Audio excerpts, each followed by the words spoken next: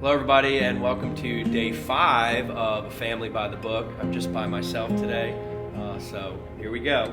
I'm going to jump right into the proverb of the day. It's chapter 5, obviously, and I hope you're reading your chapter, or at least verses that we're going over here, and I hope you're speaking them into the lives of your children.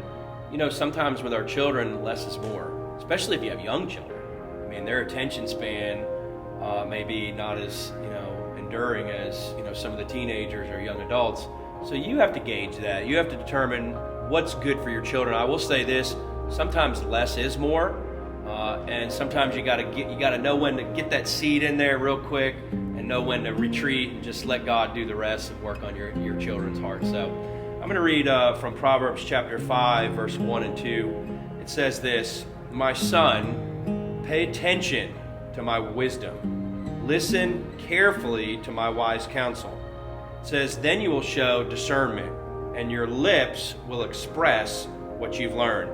So I want to read that again. It says, "My son, pay attention." That'd be a good lesson for your kids, right? Be a good lesson for all of us. Pay attention, especially when the word of God's being spoken. Pay attention to my wisdom. There's a lot of voices out there, but we need to hear the voice of wisdom. It says, "Listen carefully to my wise counsel." So we have pay attention. We have talking about my son, your children, your child. Pay attention, number 1. Number 2, listen carefully to my wise counsel. What's going to be a result of that? Then you will show discernment. Do you want your children to make wise choices and to make the right choices? What are they going to need in order to make those right choices? They're going to have to pay attention to wisdom.